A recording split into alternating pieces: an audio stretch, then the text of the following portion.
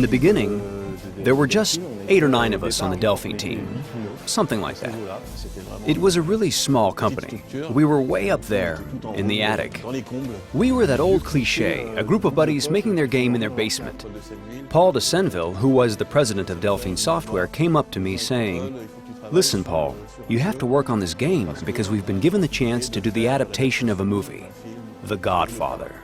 I decided to transpose the story of Michael Corleone into the future, where he would be chased by mafiosi.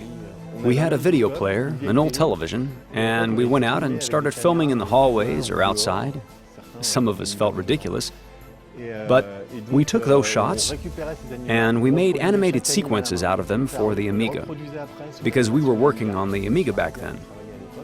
In the end, when we showed our mock-up to the directors, there were all these blank faces, this silence, because it was completely different than The Godfather. They immediately understood that it wouldn't match.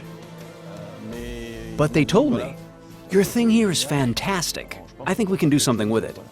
And that's how Flashback was born.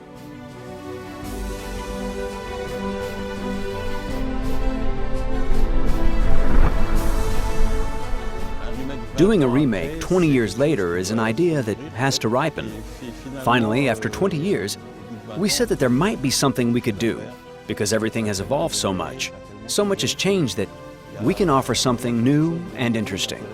Flashback was the child of all those super 90s sci-fi films. We really wanted to make sure that that imprint of the 90s is in there. So every time you see a replicant, there's a chance he'll say something that somebody in Blade Runner might have said, or a Total Recall, typical, or a cease and desist from RoboCop. You know, you'll have an eventual wink and a nod to some of those great classics that Flashback, for me, is part of. We've got something a lot more fluid, a whole lot more reactive than before.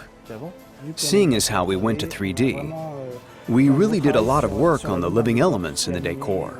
It's all animated, the fumes, the fog, the textures. I took certain moments from the old Flashback and reincorporated them into the level design. The goal was to remain true, but especially not to break what had been interesting in the original game. We changed a whole lot of stuff in the gameplay.